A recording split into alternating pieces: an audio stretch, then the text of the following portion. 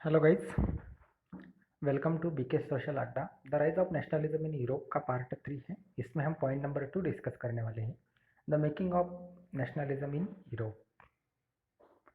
देखिए देखिए जब 18th सेंचुरी की हम बात करेंगे ना, कोई भी नेशन स्टेट नहीं था जिसे आज हम Germany, Italy, Switzerland as a nation state मानते हैं।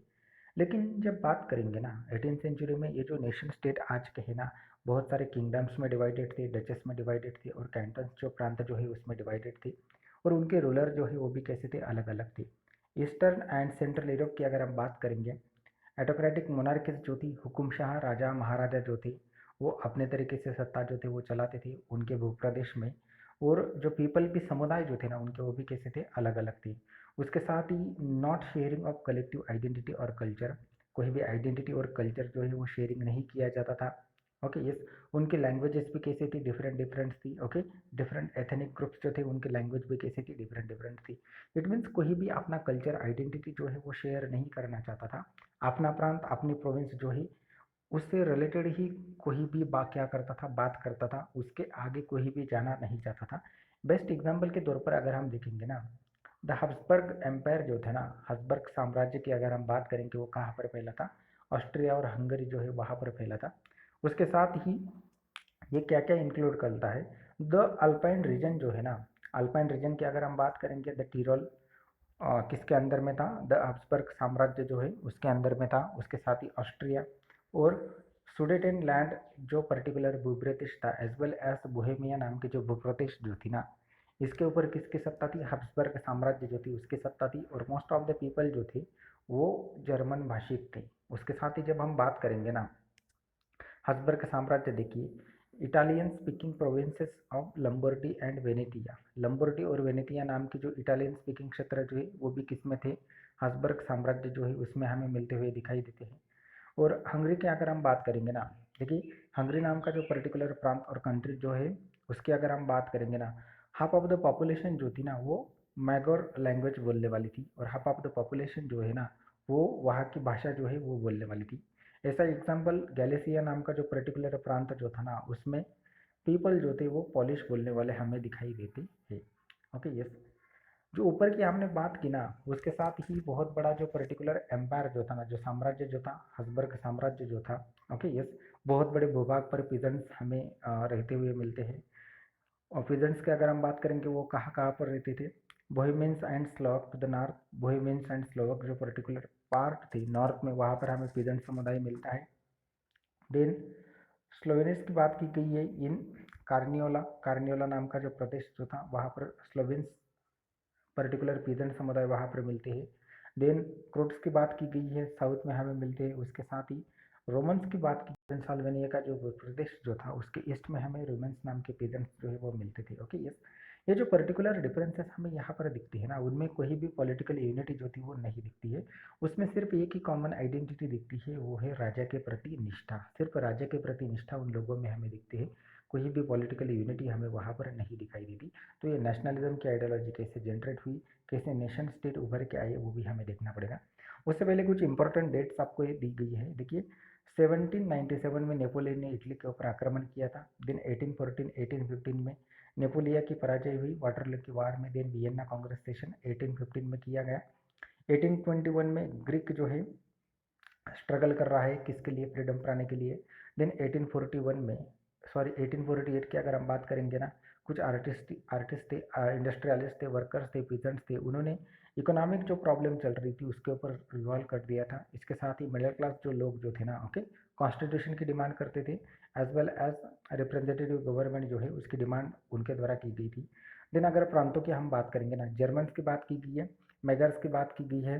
देन जो पॉलिश पीपल जो थे उनकी बात की गई है। और चेक एटसेट्रा जो प्रांत जो थे ना वो एज ए नेशनल स्टेट बनने के लिए क्या कर रहे थे, डिमांड कर रहे थे। देन यूनिफिकेशन दिया गया है इटली का 1859 टू 1857 के अंतर्गत।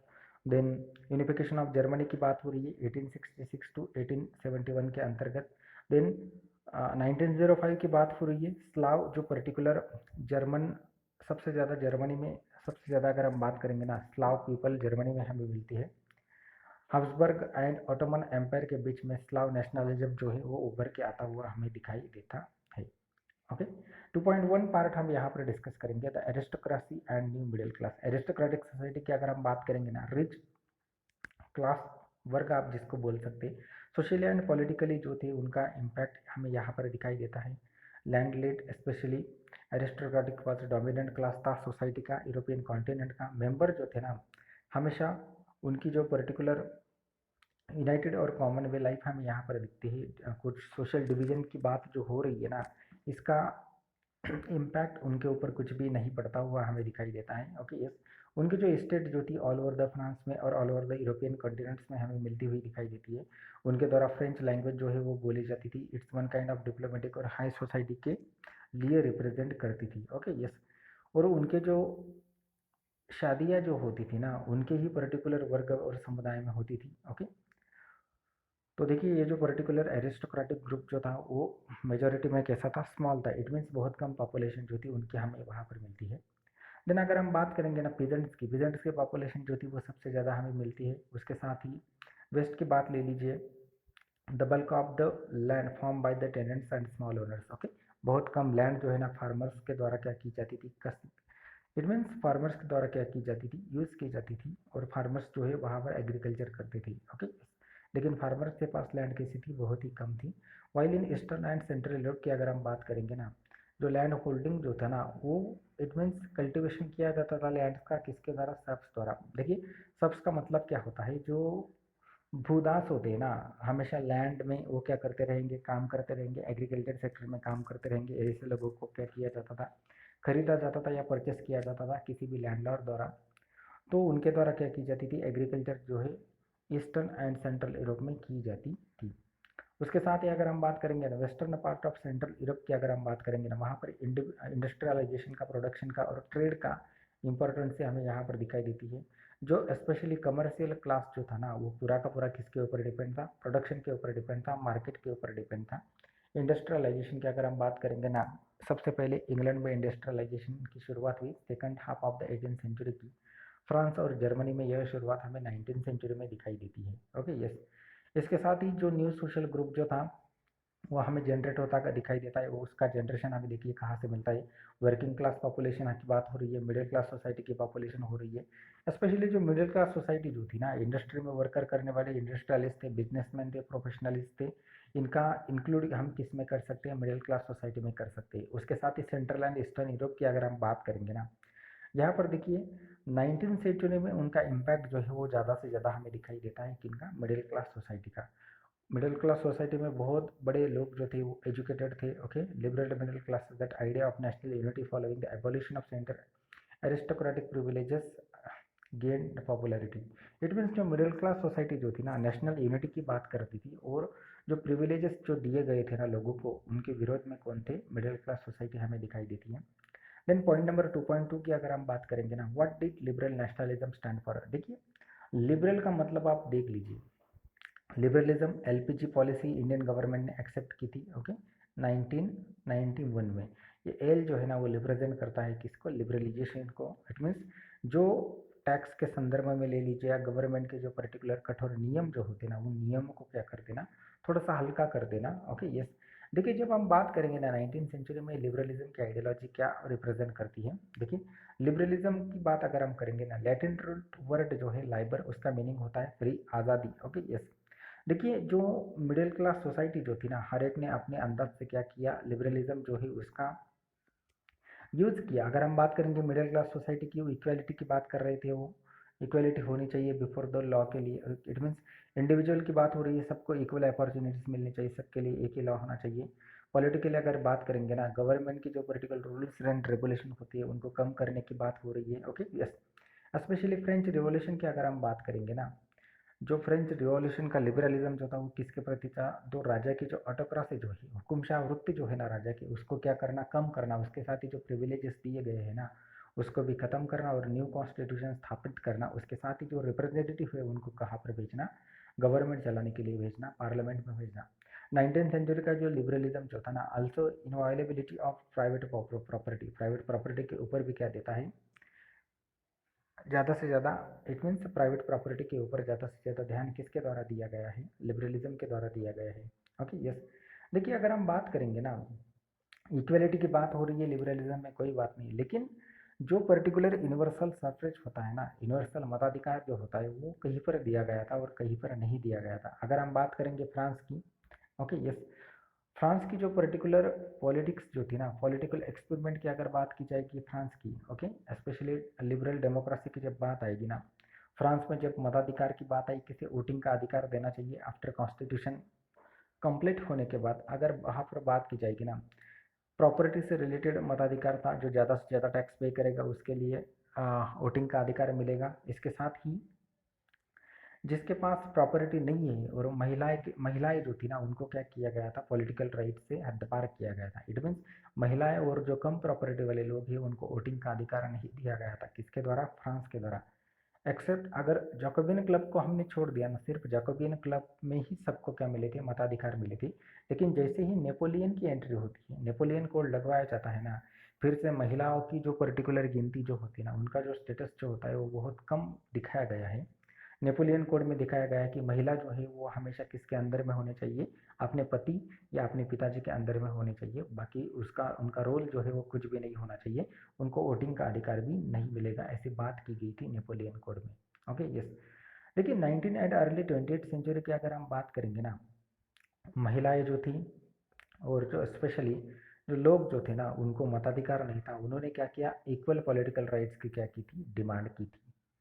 उसके साथ ही जब हम इकोनॉमिक स्फेयर की बात करेंगे, लिबरलिज्म जो था, मार्केट और गवर्नमेंट के जो रूल्स एंड रेगुलेशन लगाए गए थे वहाँ पर मार्केट में, वो रूल्स एंड रेगुलेशन कम करना, इसके साथ ही गुड्स एंड कैपिटल जो है, इसके लिए और ज़्यादा लिबरल कानून बनाने की बात की गई है। देखिए 19th सेंचुरी की अगर हम बात करेंगे ना, एक स्ट्रांग डिमांड जो थी वो मिडिल क्लास सोसाइटी से हमें आती हुई दिखाई देती, क्योंकि बहुत बड़ी मिडिल क्लास सोसाइटी के लोग जो थे ना, वो कहाँ पर रिलेटेड थे, किससे रिलेटेड थे, मार्केट से रिलेटेड थे। उनका प्रोफेशन जो था वो पूरा का पूरा गुड्स एंड सर्विसेज से रिलेटेड था। तो लोगों द्वारा बहुत बड़ी डिमांड थी कि लिबरलिज्म जो है वो गवर्नमेंट की जो टैक्स की, गवर्नमेंट की जो पर्टिकुलर नॉर्म्स थी उसके ऊपर भी आना चाहिए, और कुछ पर्टिकुलर आसानी जो है ना, इट मीन्स गवर्नमेंट ने क्या करना चाहिए, टैक्स जो है वो कम लगाना चाहिए।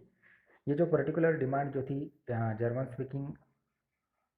German speaking of the first half of the 19th century, German speaking क्षेत्र जो था उसके भी द्वारा की जाती थी। देखिए देन अगर हम बात करेंगे ना, नेपोलियन जो था, नेपोलियन के एडमिनिस्ट्रेटिव सिस्टम चलाने के लिए उसने क्या किया था, 39 स्टेट जो है ना, 39 स्टेट का क्या बनाया था, महासंघ बनाया था। किसके द्वारा? नेपोलियन के द्वारा। और हर एक पर्टिकुलर जो स्टेट जो था ना, 39 स्टेट जो थे उनकी करेंसी कैसी थी, अलग अलग थी। साथ ही उनका वेट एंड मेजर जो है ना, मापने का तरीका जो था वो सबका कैसा था, अलग अलग था। अगर हम बात करेंगे ना एक मर्चेंट की, अगर हम बात करेंगे 1833 में, अगर उसको 1833 की एक बात यहाँ पर की गई है, आपको हम्बर्ग टू न्यूरेमबर्ग आपको जाना है ना, तो आपके पास जो कुछ चीज़ें होंगी, आप एक जगह से दूसरी जगह पर जा रहे हैं, आप हम्बर्ग से आप कहाँ पर जा रहे हैं, न्यूरेमबर्ग तक आप जा रहे हैं, तो आपको 11 जो पर्टिकुलर टोल होते हैं ना, कस्टम बैरियर्स जो होते हैं ना, आपको कस्टम ड्यूटी जो है 5% के हिसाब से हर एक पर्टिकुलर कस्टम बैरियर के ऊपर आपको क्या करनी पड़ेगी, चुकानी पड़ेगी। Okay yes. उसके साथ ही जो वेट एंड मेजर का जो पर्टिकुलर परिमाण यहाँ पर दिया गया है ना, यहाँ पर इट मीन्स उसको गिनने के लिए बहुत ज़्यादा समय जो है वो चला जाता था किसी भी चीज़ के लिए। Okay yes. उसके साथ ही जो क्लोथ होता है ना, क्लोथ की मेजर की बात की गई है, क्लोथ की आप मापन जो है आप कैसे कर सकते हो, उसका एग्जाम्पल आपको दिखाया गया है। देखिए अगर किसी भी क्लोथ जो होगा, कपड़ा जो होगा, अगर आपको उसको गिनना है ना, कितना पर्टिकुलर पर्सन को देना है, तो उस गिनने के लिए एक एकक, एक परिमाण की हम बात कर सकते हैं, उसका मतलब है एले। इट मीन्स एले एक ऐसा माप था, एक मापक था, उसके द्वारा कोई भी क्लॉथ जो है ना उसका मेजरमेंट किया जाता था। तो देखिए जब बात की जाएगी ना इस एले की, ये एले का जो पर्टिकुलर मापन जो था, मेजरमेंट जो था, हर एक पर्टिकुलर पार्ट वाइज या रीजन वाइज कैसा था, अलग अलग था। देखिए अगर आप पर्टिकुलर एले 1 एले आप परचेस करते हो ना, फ्रैंकफर्ट में अगर आप इस पर्टिकुलर 1 एले को अगर आप परचेस करते हो तो वो कितना आएगा, 54.7 centimetre of cloth.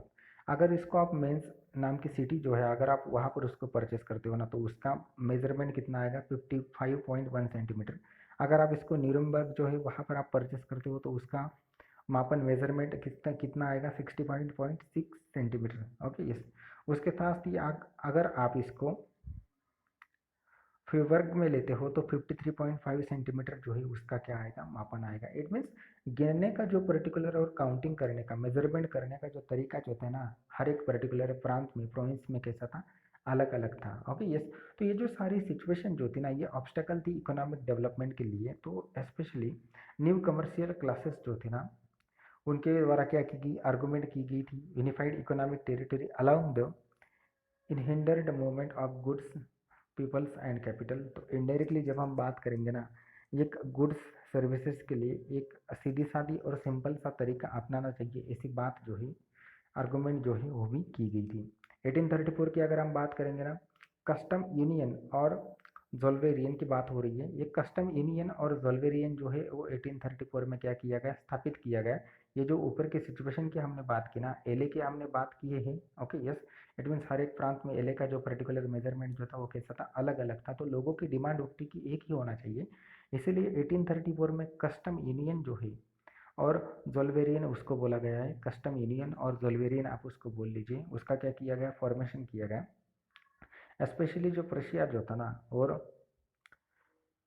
Of Russia and joint by most of the German state. देखिए जो पर्टिकुलर कस्टम यूनियन जोल्वेरियन की जो स्थापना की गई ना, वो रशिया और जर्मन स्टेट जो थे उनके साथ मिलकर की गई थी। Okay yes. देखिए union abolish tariff barriers and reduce the number of currencies from more 30 to 2। देखिए तो ये जो पर्टिकुलर यूनियन जो था ना, ये जोल्वेरियन और कस्टम यूनियन जो था, इसने क्या किया, जो बैरियर्स जो थे ना मेजरमेंट के और वेट के, उनको क्या कर दिया, रिड्यूस कर दिया गया। और उसके स्थान पर ही, और जो करेंसी जो थी ना, करेंसीज को भी क्या कर दिया गया, रिड्यूस कर दिया। सिर्फ इट मीन सिर्फ टू ही यहाँ पर करेंसी या पर्टिकुलर टैरिफ जो थी, बैरियर्स जो थे, टैक्स के पर्टिकुलर रिलेटेड इशू जो थे, उनको रखा गया। बाकी के जो 30 जो थे ना, उनको क्या कर दिया गया, रिजेक्ट कर दिया गया। Okay yes. देखिए उसके साथ ही रेलवे जो है, देखिए उसके साथ ही क्या हुआ, जो रेलवे जो है, रेलवे नेटवर्क शुरू हो गया। Then economic interaction, national unification की बात हो रही है, इकोनॉमिक नेशनलिज्म की बात हो रही है। Okay yes. Strengthen the wide national sentiment growing at the time. तो देखिए इकोनॉमिक डेवलपमेंट की बात हो रही है। इकोनॉमिक डेवलपमेंट ये स्ट्रेंथ कर सकती है किसके लिए, जो नेशनलिस्ट डेवलपमेंट जो है उसके लिए। Okay yes. देन 2.3 की बात हो रही है। देखिए पॉइंट नंबर 2.3 में आपको यहाँ पर दिया गया है, न्यू कंजर्वेटिज्म आफ्टर 1815। ओके। रूढ़िवाद क्या होता है, सनातनवाद क्या होता है, इसकी जो बात जो है ना, आफ्टर 1815 में हमें मिलती हुई दिखाई देती है। देखिए कंजर्वेटिज्म की बात की गई है। जब हम बात करेंगे ना, 1815 में क्या हुआ, नेपोलियन जो है, नेपोलियन का डिफीट किया गया। ओके, पराजय हुई नेपोलियन की। ओके, वाटरलू के वार में जो यूरोपियन गवर्नमेंट जो था ना, driven by spirit of conservatism. तो यूरोपियन गवर्नमेंट जो था, बहुत सारी यूरोपियन कंट्री ने क्या किया, नेपोलियन को हरा दिया गया। और जो यूरोप जो था ना, स्पेशली फ्रांस जो था, वहाँ पर कंजर्वेटिज्म की आइडियोलॉजी जो है उसका इम्पैक्ट हमें ज़्यादा से ज़्यादा दिखाई देने लगा after the Napoleon. Okay yes. Conservatism believe that establish traditional institution of state and society like the monarchy, the church, social then hierarchies, property and the female should be preserve. देखिए जो particular रूढ़िवादी जो थी, कंजर्ववादी जो थे ना, उनका क्या कहना था कि जो पर्टिकुलर चर्च है, सोशल सोशल हायरार्की से proper then property and the family जो है उसको क्या करना चाहिए, प्रिजर्व करना चाहिए। Okay yes. लेकिन जो बात करेंगे ना हम, purpose to return to the society of pre revolutionary days, लेकिन कोई भी जो है ना, जो पहले का जो पर्टिकुलर परंपरावादी या रूढ़िवादी यूरोप जो हमें मिलता है ना, वैसा यूरोप लोग अब नहीं चाहते थे। ओके देखिए, इट मीन्स ये जो पर्टिकुलर परंपरावादी रूढ़िवादी चीज़ें जो है ना, वो रहनी चाहिए। उसके साथ ही क्या होनी चाहिए, जो इम्पैक्ट जो था ना, बहुत ज़्यादा सोसाइटी के ऊपर पड़ता हुआ हमें दिखाई देता है। स्पेशली देन मॉडर्न आर्मी की बात की गई है, ब्यूरोक्रेसी की बात की गई है, इकोनॉमी की बात की गई है। उसके साथ ही जो फ्यूडलिज्म सिस्टम जो है उसको क्या कर दिया गया, खत्म कर दिया गया। साथ ही सबडोम जो है उनको क्या किया गया, स्ट्रेंथन बना दिया गया। इट मीन जो भूदास जो थे ना, उनको भी क्या किया गया, इक्वालिटी के अधिकार जो है वो राइट्स जो है उनको दिए गए। साथ ही जो ऑटोक्रेटिक मोनार्किस जो थी ना, हुकुमशाह वृत्ति की जो सरकार जो है उनको भी क्या किया गया, कोलैप्स किया गया। Okay yes. तो देखिए रिप्रेजेंटेटिव की अगर हम बात करेंगे, यूरोपियन पावर्स की बात की जाएंगी, Britain, Russia, Prussia and Austria जो है ना, उन्होंने क्या किया, कलेक्टिवली किसे डिफीट किया, जो नेपोलियन जो था, नेपोलियन की इन पर्टिकुलर कंट्रियों ने क्या की, हार की। Okay yes. तो ये सारी कंट्रियाँ जो है वो कहाँ पर इकट्ठा हुई, वियन्ना जो है वहाँ पर इकट्ठा हुई और एक सेटलमेंट किया गया। ओके, उस सेटलमेंट जो है वो एक कांग्रेस, इट मीन सम्मेलन ऑर्गेनाइज किया गया ओके यस, उसे भी क्या बोला गया, वियना सेशन 1815। ओके, इसकी अध्यक्षता जो है ना वो किसने की थी, चांसलर थे ड्यूक मेटरनिक। ड्यूक मेटरनिक द्वारा क्या की गई थी, इसकी अध्यक्षता जो है वो। देन नेक्स्ट स्लाइड जो आपको बताई गई है ट्रीटी ऑफ वियना के बारे में है। ये जो ट्रीटी लगवाई गई थी 1815 में, देखिए ये जो ट्रीटी की लगवाई गई ना, जो नेपोलियन जो था ना, नेपोलियन ने क्या किया था, ऑल ओवर द यूरोप पर विजय प्राप्त की थी। 1815 में वाटरलू का वार हुआ और नेपोलियन की पराजय हमें वहाँ पर दिखाई देती है। तो सब यूरोप के राष्ट्र ने मिलकर क्या किया, जो नेपोलियन ने जो जो प्रदेश विजय प्राप्त की थी ना, जिन प्रदेशों के ऊपर, उनको क्या किया, अपने हिरासत में लिया और न्यू यूरोपियन लॉ जो है वो लगवाया सब कंट्री द्वारा। तो देखिए फिर से क्या किया गया, जो बार्बो डायनेस्टी जो थी ना, बर्बो डायनेस्टी जो थी हमें कहाँ पर मिलती है, फ्रेंच में मिलती है, फ्रांस में मिलती है, फिर से उसको क्या किया गया, लगवाया गया, कहाँ पर, फ्रांस में। Okay yes. देन जो पर्टिकुलर पावर जो थी ना, जो पावर किसके हाथ में थी, नेपोलियन के हाथ में थी, उसको भी क्या कर दिया गया, रिस्टोर कर दिया गया। और जो टेरिटरीज जो थी, भूभाग जो थी नेपोलियन के अंदर में, उनको भी क्या कर दिया गया, फिर से उसकी पुनर्रचना जो है वो कर दी गई। और उसके ऊपर न्यू कंट्रीज जो थी ना, जिन्होंने किनका पराभव किया था, नेपोलियन जो है उनका पराभव किया था, उनके अंदर में दिए गए जो भूभाग जो थे वो किसने जीते थे, नेपोलियन जो थे उसने जीते थे। Okay yes. उसके साथ ही देखिए, जो नेपोलियन का जो पर्टिकुलर किंगडम जो था ना, या नेपोलियन का जो राज्य हम जिसे बोल सकते हैं, स्पेशली जो फ्रांस जो है ना, फ्रांस के ऊपर नेपोलियन की मजबूत सत्ता हमें मिलती हुई दिखाई देती है। 1815 के बाद क्या हुआ, फ्रांस का एक्सपेंशन और ज़्यादा नहीं होना चाहिए, फ्रांस की जो पर्टिकुलर बॉर्डर जो है ना वो और ज़्यादा बढ़नी नहीं चाहिए, इसलिए उसके ऊपर बहुत सारा रोक जो है ना वो लगवा दी गई थी अदर कंट्रीज द्वारा। Okay yes. Specially the kingdom जो था ना नीदरलैंड का, उसमें बेल्जियम भी शामिल था, उसमें उसको नॉर्थ की जो पर्टिकुलर साइड जो है ना वहाँ पर उसको क्या कर दिया गया, एस्टेब्लिश कर दिया गया। इट मीन्स नीदरलैंड के कब्जे में नॉर्थ की साइड दे दी गई। उसके साथ ही जेनेवा जो है ना, जेनेवा के साथ ही पिडमोंट जो शामिल जो था उसको कहाँ पर रखा गया, साउथ जो है साउथ बाउंड्री के ऊपर उसको रखा गया। उसके साथ देखिए पर्शिया जो नाम का जो पर्टिकुलर भूप्रदेश जो था ना, वेस्टर्न फ्रंटायर जो स्टेट्स जो थी, इट मीन्स वेस्टर्न फ्रंटायर की जो लाइन जो थी ना, वेस्ट में रखा गया किसको, पर्शिया को। देन ऑस्ट्रिया जो है ना, ऑस्ट्रिया को कंट्रोल दिया गया किसका, नॉर्दर्न इटली का। उसके साथ ही देखिए जर्मन कॉन्फेडरेशन की अगर हम बात करेंगे ना, एक महासंघ बनाया गया था, किसके द्वारा महासंघ बनाया गया था, नेपोलियन द्वारा महासंघ बनाया गया था, 39 स्टेट उसमें थे, उसको एज इट इज रखा गया। इट मीन्स 39 स्टेट का जो महासंघ जो था ना, जो कंट्रियों, इट मीन्स नेपोलियन ने जो बनाया जो था 39 स्टेट का जो महासंघ, जो कंट्रियों ने विजय पाई थी किसके ऊपर, नेपोलियन के ऊपर, फिर भी इन कंट्रियों ने क्या किया, जो 39 स्टेट का जो महासंघ जो था उसको एज इट इज रखा गया, बाकी चीज़ों को परिवर्तन कर दिया गया। Okay yes. रशिया जो था उसको पोलैंड का पार्ट दिया गया, एज वेल एज प्रशिया जो था ना, ओके प्रशिया जो था उसको सैक्सोनी नाम का प्रदेश जो है वो दिया गया। इट मीन्स नेपोलियन ने जो जो भूभाग पर विजय प्राप्त की थी, उन भूभाग को क्या कर दिया गया, डिवाइड कर दिया गया। किन को डिवाइड कर दिया गया, जिन राज्यों ने या जिन कंट्रियों ने नेपोलियन के ऊपर क्या पाई थी, विजय प्राप्त की थी। साथ ही फ्रेंच की जो सीमाएं जो थी ना, फ्रेंच का एक्सपेंशन जो ज़्यादा से ज़्यादा बढ़ता हुआ चल रहा था, उसको भी क्या कर दिया गया, रोक दिया गया। Okay yes. देखिए इसके पीछे मेन पर्पज क्या था, कि जो नेपोलियन जो था ना, नेपोलियन की आइडियोलॉजी जो थी, या नेपोलियन का पर्टिकुलर राज्य जो था उसको क्या करना, लिमिटेड करना, उसके ऊपर लिमिटेशन लगवाना। उसके साथ ही जो कंजर्वेटिज्म जो है ना, रूढ़िवाद जो खत्म होने वाला था, नेपोलियन ने उसे बहुत आगे लेके चला गया था। इट मीन्स नेपोलियन जो था मॉडर्निटी को ज़्यादा से ज़्यादा क्या देता था, इट मीन्स मॉडर्निटी के ऊपर नेपोलियन जो है वो ज़्यादा से ज़्यादा जोर देता था। लेकिन फिर से 1815 के बाद कंजर्वेटिव आइडियोलॉजी जो है ना वो यूरोप में एमर्ज होने लगी। उसके साथ ही देखिए 1815 की अगर हम बात करेंगे, ऑटोक्रेटिक हुकुमशाह जो है, किंगडम जो है, उसको भी क्या दिया गया, ज़्यादा से ज़्यादा बढ़ावा दिया गया। Okay yes. देन ये जो पर्टिकुलर ऑटोक्रेट सोसाइटी जो थी ना, ऑटोक्रेटिक सोसाइटी जो थी, ओके यस, गवर्नमेंट के लिए सबसे इम्पोर्टेंट हो गई थी, क्योंकि गवर्नमेंट जो था वो राजा महाराजा के अनुसार ही चलाया जाता था 1815 के बाद। Okay yes. तो देखिए उनके ऊपर कोई क्रिटिसिज्म ना हो पाए। इट मीन्स जो पर्टिकुलर एटोक्रेटिक सोसाइटी ले लीजिए, या कोई किंग या राजा महाराजा किसी भूप्रदेश के ऊपर अपना राज्य कर रहा है ना, तो लोगों को क्या करना चाहिए, जो राजा बोलेगा ना वही सुनना पड़ेगा। अगर किसी ने कुछ भी बोल दिया ना तो उसके ऊपर क्या की जाएगी, एक्शन जो है वो ली जाएगी। ऐसा 1815 के बाद हमें कहाँ पर दिखाई देता है, ऑल ओवर द यूरोप में दिखाई देता है। तो देखिए सेंसरशिप जो है ना वो लगवाई गई, जो भी राजा के खिलाफ बोलेगा। फॉर एग्जाम्पल अगर न्यूज़पेपर के बारे में राजा के खिलाफ कुछ छपता है, बुक या प्लेस के बारे में बात की गई है, सॉन्ग्स के बारे में बात की गई है, जो लिबरलिज्म की आइडियोलॉजी के बारे में बोलेगा उसके खिलाफ क्या की जाएगी, कार्रवाई की जाएगी। ऐसा ऑल ओवर द यूरोप में हमें दिखाई देता है। ओके यस, एक इमेज आपको यहाँ पर दिखाई गई है, एक थिंकर्स का क्लब हमें यहाँ पर दिखाई देता है। अगर हम बात करेंगे ना, यहाँ पर दो पर्टिकुलर पार्टी यहाँ पर लगाई गई है, एक आपको लेफ्ट और एक आपको राइट में लगाई गई है।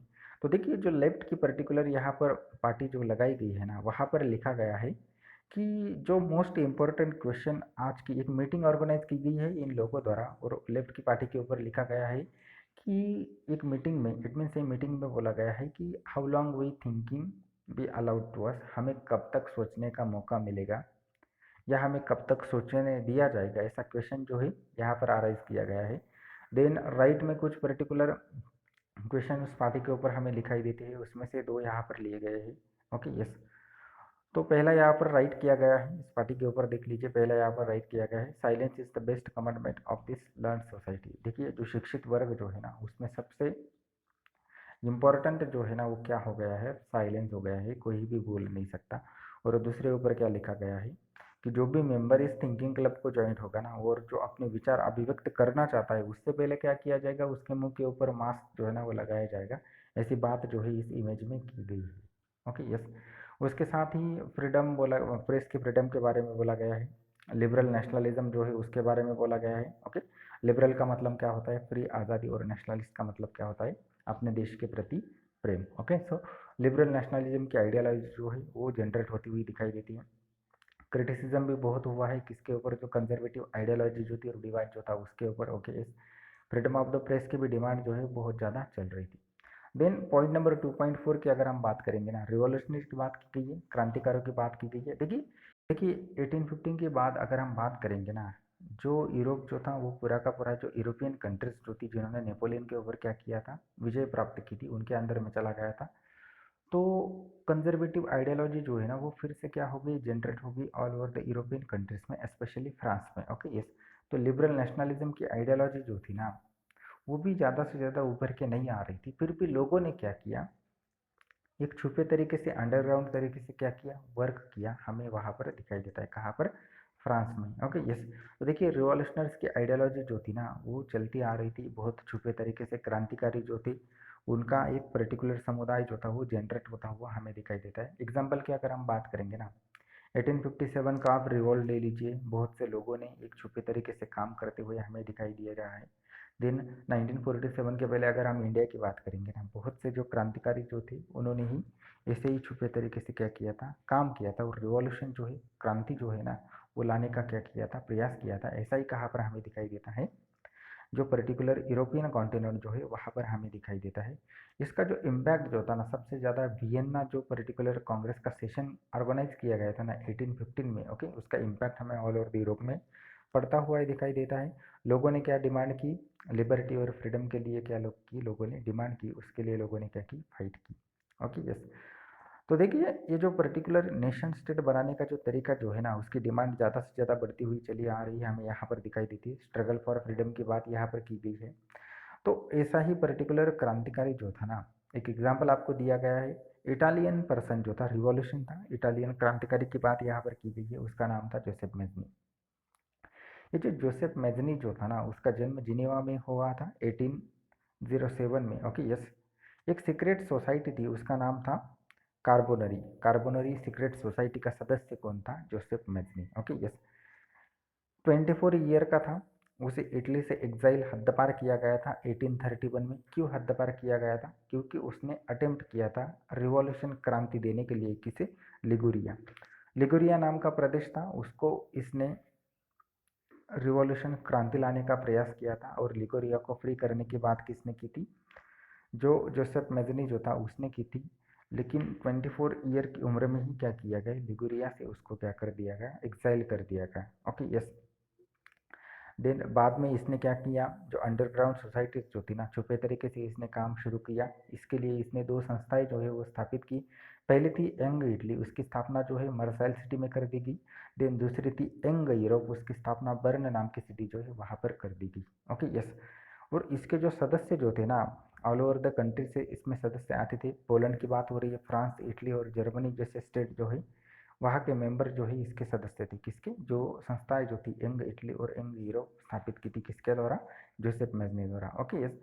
मेजनी जो है ना वो बिलीव करता है किसके ऊपर, गॉड के ऊपर। देखिए, intend nation to be the natural units of mankind, जो पर्टिकुलर नेचुरल नेशन स्टेट जो है ना, और नेचुरल नेशन बनाने का जो पर्टिकुलर तरीका जो है ना वो किसके ऊपर डिपेंड है, ह्यूमन बींग मैनकाइंड्स के ऊपर डिपेंड है। ऐसी बात किसने की थी, मेजनी ने की थी। Okay, yes. इसके साथ ही जो पर्टिकुलर पैचवर्क जो है ना स्मॉल स्टेटस और किंगडम का, ये कंटिन्यू नहीं चल सकता, ऐसी बात किसने की है, मेजनी ने की है। उसके साथ ही सिंगल यूनिफाइड रिपब्लिक और वाइटर अलायंस ऑफ नेशन की बात की है किसने, जोसेफ मेजनी ने। एक यूनिफिकेशन होना चाहिए, एक सिंगल आइडेंटिटी होनी चाहिए, और उसके द्वारा ही किसका निर्माण होना चाहिए, स्पेशली इटली जो है ना, इटली का यूनिफिकेशन होना चाहिए, ऐसी बात यहाँ पर की गई है। Okay, yes. Italian liberty, it means Italian Italy को फ्रीडम मिलना चाहिए, ऐसी बात यहाँ पर हो रही है। उसके साथ ही जो सीक्रेट सोसाइटी जो है ना सिर्फ इटली तक ही सीमित नहीं रही, उसका देखिए एक्सपेंशन देखिए जर्मनी, फ्रांस, स्विट्जरलैंड और पोलैंड में भी हमें दिखाई देता है। ओके, साइड जो है ना जोसेफ मजनी का जो पर्टिकुलर व्यू है उसके बारे में हमें यहाँ पर बताया गया है। Okay, yes. स्पेशली मोनार्की जो है उसको ख़त्म कर देना चाहिए, उसके साथ ही डेमोक्रेटिक रिपब्लिक जो है उसकी स्थापना और कंजर्वेटिव आइडियोलॉजी जो है ना उसे दूर करना चाहिए, ऐसी बात किसने की है, जोसेफ मजनी द्वारा की गई है। तो इसलिए मैटरनिक जो है ना, डिक मैटरनिक की बात यहाँ पर ले लीजिए। Okay, yes. डिक मैटरनिक जो था 1815 में वियना कांग्रेस का जो सम्मेलन हुआ था ना उसका अध्यक्ष था। तो इसने जोसेफ मजनी के लिए क्या बोला है, तो most dangerous enemy of our society. Okay, yes. It means अपने समाज के आदेश का सबसे खतरनाक दुश्मन जो है ना वो कौन हो सकता है, जोसेफ मजनी हो सकता है, ऐसी बात किसने की है, मैटरनिक ने की है। किसके लिए, जोसेफ मजनी के लिए। देन एक इमेज आपको यहाँ पर दिखाई गई है। ओके, यंग यूरोप जो पर्टिकुलर संस्था जो थी उसकी स्थापना की गई थी किसके द्वारा, जोसेफ मेजनी द्वारा। एक थिंकर्स, एक आइडियोलॉजी और रिवॉल्यूशनरी ग्रुप जो है वो चर्चा करते हुए हमें यहाँ पर दिखाई देते हैं। इसके लिए थैंक यू।